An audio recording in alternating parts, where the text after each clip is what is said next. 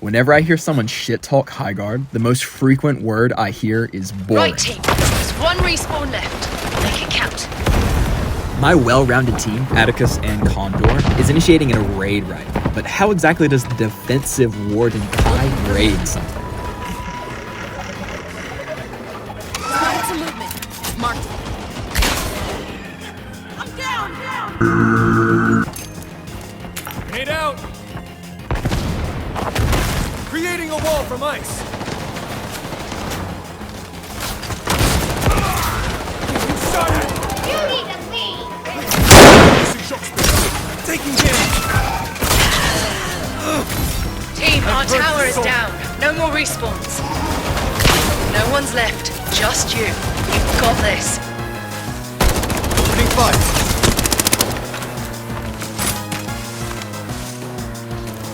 Tearing this wall with ice!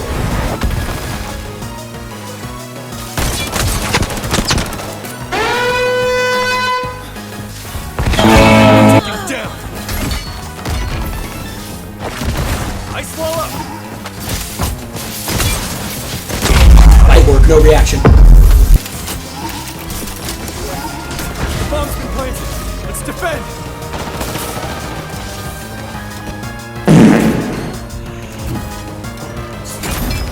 Severed assault. 10 seconds on the bomb. Hold the defense.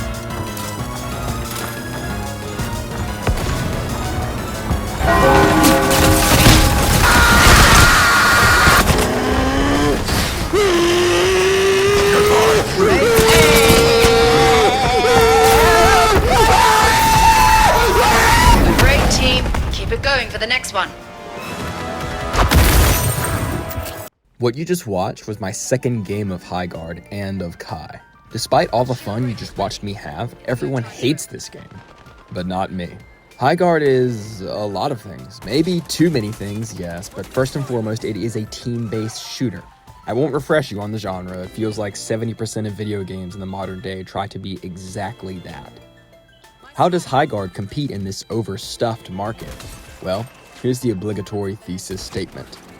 Time spent out of combat, coupled with varied arena environments, creates tense, stimulating gameplay.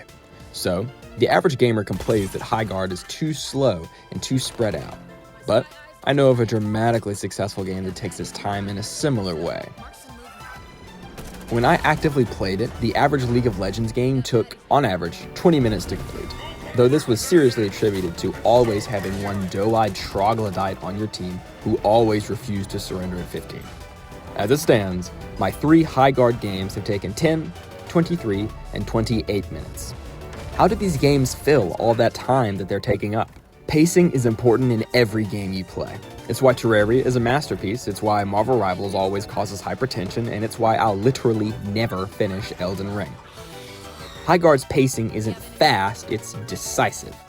The first 5 minutes of your game usually aren't actually spent in combat. You take a minute to defend your base and organize your loadout. Teamwork vibe analysis is optional. Before you enter the fray. By the fray, I am, of course, referring to the beating heart of the Battle Royale genre, collecting loot. Roll the dice to see what equipment is optimal for this game. Try new loadouts and keep play varied. See, I said Highguard is a team-based shooter, but it drapes itself in the delicious attire of a MOBA. See, there's nothing stopping the enemy team from riding straight over to your side of the map in seconds and beginning a firefight immediately.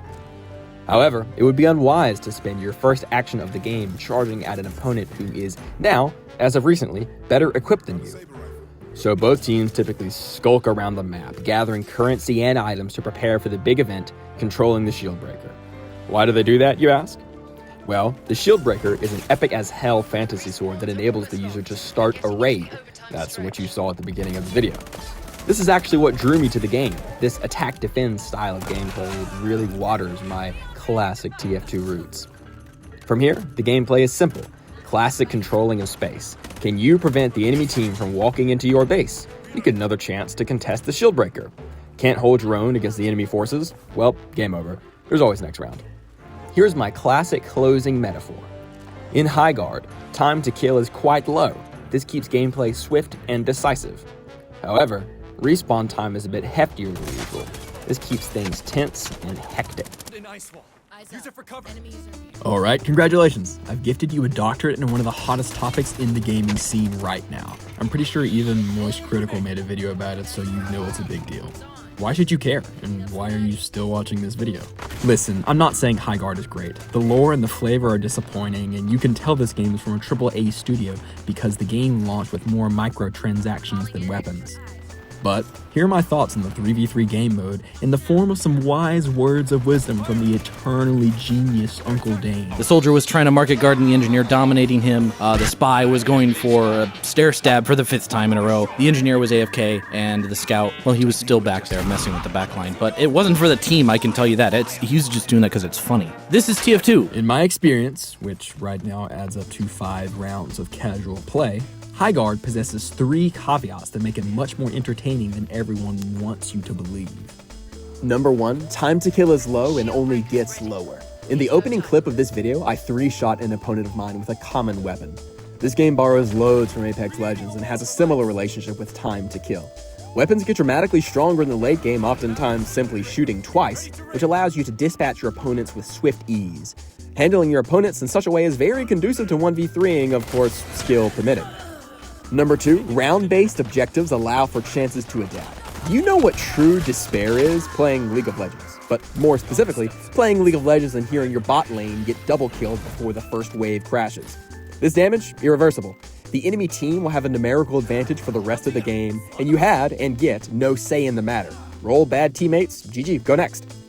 However, in Highguard, for a singular team fight to outright end the game, your opponents must 1. Win the fight for the shield breaker, 2. Make it to your base, and then 3. Destroy the core of that base. Oftentimes, each of these little steps have their own little micro-interactions between teams. With so many chances, relying on a teammate who lets you down in round 1 just isn't the total end of the world. Number 3, the economy system permits weighing the game in your favor. One of the most interesting parts of Highguard is its economy system. Vesper, earned from gathering and killing opponents, allows you to purchase upgrades such as stronger weapons or more armor.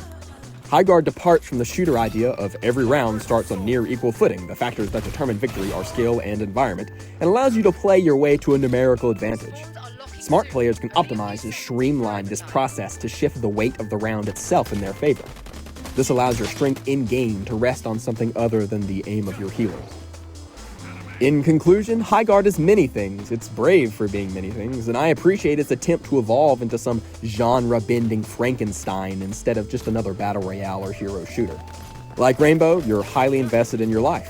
Like Apex, your gunplay and movement allows for plenty of say in your death.